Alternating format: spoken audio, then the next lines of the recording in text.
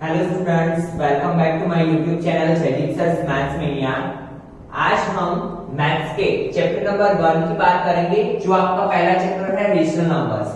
Rational numbers के बारे में आप 7th में शायद से थोड़ा कुछ पढ़ चुके हो, बट फिर से हम बेसिक से एकदम स्टार्ट करेंगे। ठीक है, तो सबसे पहले हम नंबर्स की बात करते हैं। ठीक है, तो आप जितने नंबर पढ़ के आए हो और अभी आप जो पढ़ने वाले हो यहाँ तक हम बात करेंगे। तो सबसे पहले नंबर्स के टाइप्स आपको मैं बताता हूँ कि पहला टाइप है नेचुरल नंबर, जो आप पढ़ के आए हो। नेचुरल नंबर किसे बोलते हैं? तो नेचुरल नंबर स्टार्ट कहां से होते हैं? 1 से स्टार्ट होते हैं। 1 2 3 4 5 अप टू इनफाइनाइट, अंत तक जाते हैं जिसको हम काउंट नहीं कर सकते। ठीक है, तो नेचुरल नंबर का स्टार्टिंग पॉइंट क्या है? 1। स्टार्टिंग नंबर क्या है? 1। बट अगर 0 हो तो 0 को हम नेचुरल नंबर नहीं बोल सकते। क्यों? क्योंकि 0 नेचुरल नंबर में काउंट नहीं होता है। तो नेचुरल नंबर कहां से स्टार्ट होता है? 1 2 3 4 5 अप टू इनफाइनाइट तक जाते हैं। उसके बाद आप पढ़ चुके हो होल नंबर्स के बारे में। तो होल नंबर्स में क्या क्या काउंट होता है? तो 0 1 2 3 4 5 अप टू इनफाइनाइट। ठीक है, होल नंबर्स हमारे कहां से स्टार्ट होते हैं? 0 से। तो नेचुरल नंबर और होल नंबर में डिफरेंस क्या है? नेचुरल नंबर 1 से स्टार्ट होता है, होल नंबर कहां से स्टार्ट होता है? 0 से। ठीक है, 3 को हम होल नंबर भी बोल सकते हैं, नेचुरल नंबर भी बोल सकते हैं, बट 0 को सिर्फ हम होल नंबर ही बोल सकते हैं। ठीक है, उसके बाद आते हैं इंटीजर्स। तो इंटीजर्स में क्या काउंट होता है? तो इंटीजर्स में minus 0 1 2 3 up to infinite. Minus के डिजिट भी आते हैं, 0 भी आता है, प्लस के डिजिट भी आते हैं। ठीक है, माइनस में 1 से लेके इनफाइनाइट तक जा सकते हैं हम इंटीजर्स में। 0 भी काउंट होता है इंटीजर्स में, और 1 2 3 अप टू इनफाइनाइट तक हम जाते हैं। ठीक है, तो इसे बोलते हैं इंटीजर्स। तो ये सभी को हम इंटीजर्स बोल सकते हैं, बट -3 होगा तो हम इसे ना तो नेचुरल नंबर बोल सकते हैं, ना तो होल नंबर बोल सकते हैं। इसके बाद इस साल आपको क्या पढ़ना है? फर्स्ट चैप्टर आपका क्या है? Rational number. तो रेशनल नंबर में हम डीप में पढ़ेंगे, क्योंकि ये पूरा चैप्टर आपका रेशनल नंबर पे ही है। तो सबसे पहले रेशनल नंबर की डिफाइन देखते हैं कि रेशनल नंबर बोलते किसे हैं। सी, मैंने यहाँ पे डिफाइन लिखी है, a number which can be written in the form p by q।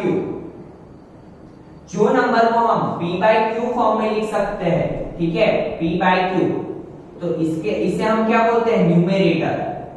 ऊपर जो होता है उसे हम न्यूमेरेटर बोलते हैं, और जो नीचे होता है हम उसे क्या बोलते हैं? डिनोमिनेटर। ठीक है, तो ये हमारा क्या था? p क्या था? न्यूमेरेटर। q क्या था? हमारा denominator. Where p and q are integers. p and q क्या है? इंटीजर्स है हमारे। ठीक है, and q is not equal to 0। खास आपको ये कंडीशन देखनी है कि कभी भी डिनोमिनेटर में 0 नहीं आ सकता। क्यों?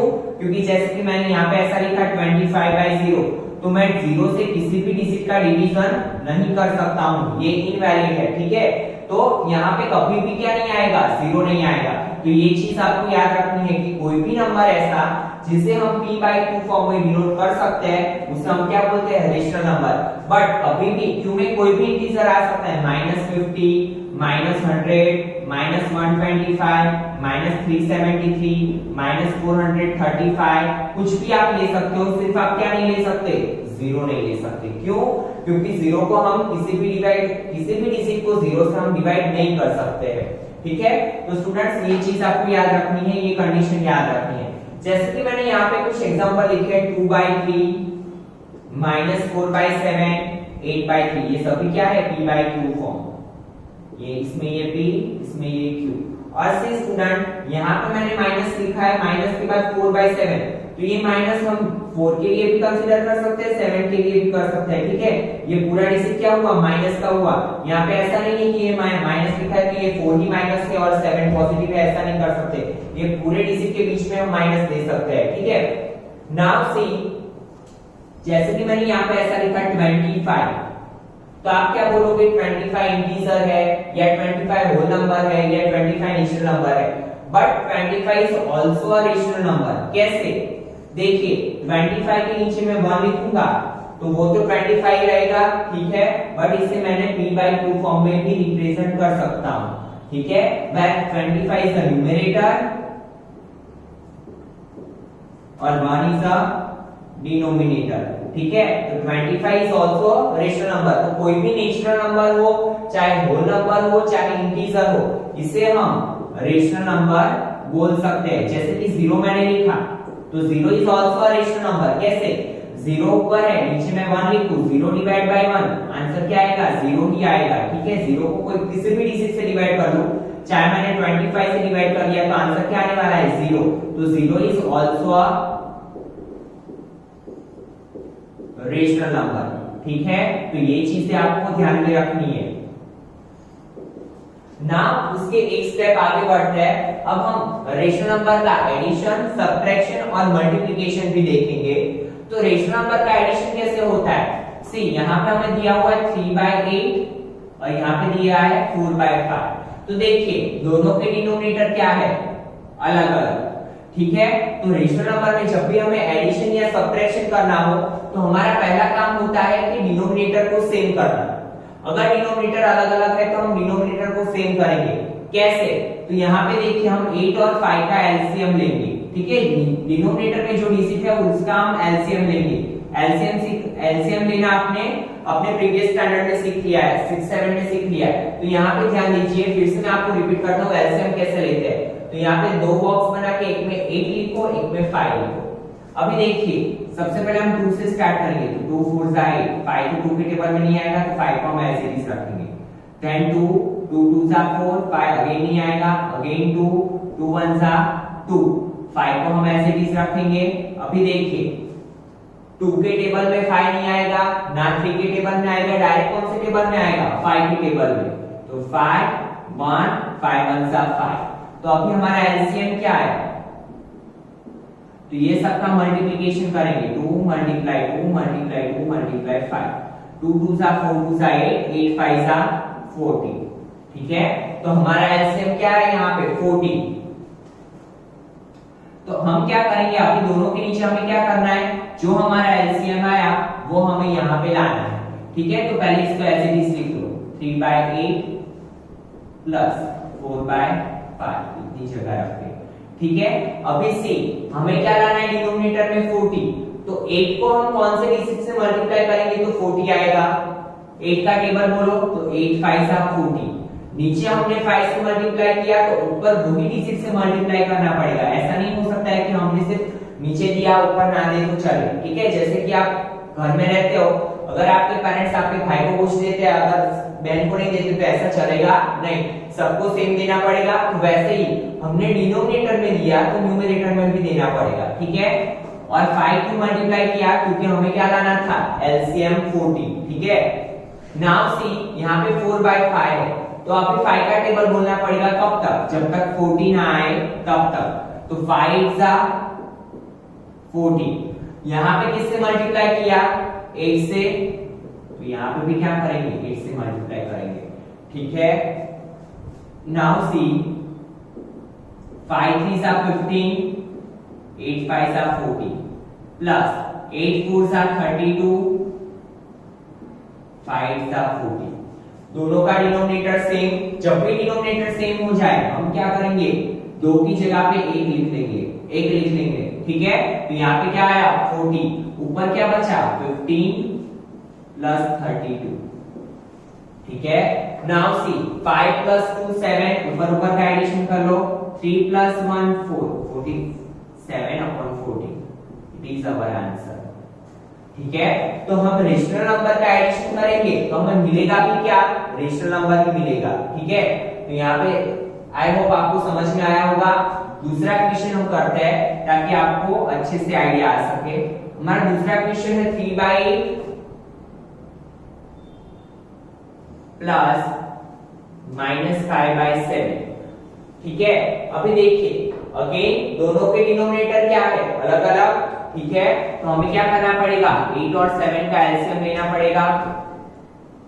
2 से स्टार्ट करेंगे, 2 4 जा 8, 7 नहीं आएगा, 2 2 जा 4, 7 एज इट इज, 2 1 जा 2, 7 एज इट इज। नाउ 7 1 7 1 जा 7। तो हमारा एलसीएम क्या आया? 2 2 जा 4, 2 जा 8, 7 जा 56। ठीक है, ये सबका मल्टीप्लिकेशन किया मैंने, तो एलसीएम क्या है 56। अभी हमें क्या करना है, दोनों के नीचे क्या लाना है 56, तो 3/8 प्लस माइनस 5/7 ऐसे लिख लो, मल्टीप्लाई मल्टीप्लाई मल्टीप्लाई मल्टीप्लाई। नीचे क्या लाना है हमें 56 लाने के लिए 8 को किससे मल्टीप्लाई करना पड़ेगा 7 से, मल्टीप्लाई 7 को किससे मल्टीप्लाई करना पड़ेगा 8 से। Now 3 7s are 21, 8 7s are 56 plus 5s are 40, 8 7s are 56, तो 21/56। यहाँ पे क्या आएगा प्लस माइनस 40/56। दोनों के डिनोमिनेटर सेम, तो हम डिनोमिनेटर कितनी बार लिखेंगे, सिर्फ वन टाइम 21 प्लस माइनस 40। अभी आपको पता है प्लस माइनस मल्टीप्लिकेशन में क्या होता है माइनस, तो 21 माइनस 40/56। 40 में से 21 जाएगा, प्लस माइनस माइनस होगा, बट साइन किसका आएगा बिगर डिजिट का, तो यहाँ पे क्या आएगा -19/56। आपको ऑलवेज याद रखना है, जब भी यहाँ पे एडिशन वाला रूल आए plus minus minus but sign is of bigger digit, घर में किसकी चलती है जो बड़े होते हैं उसकी, तो यहाँ पे भी हम किसकी चलाएंगे जो बड़ा डिजिट है उसकी। ठीक है, तो साइन किसका लेंगे हम माइनस का। Now subtraction of rational number, subtraction and addition both are same ही होगा। देखिए क्या करेंगे, यहाँ पे भी देखिए डिनोमिनेटर क्या है अलग अलग, तो हमारा पहला काम क्या होगा एलसीएम लेना 6 और 9।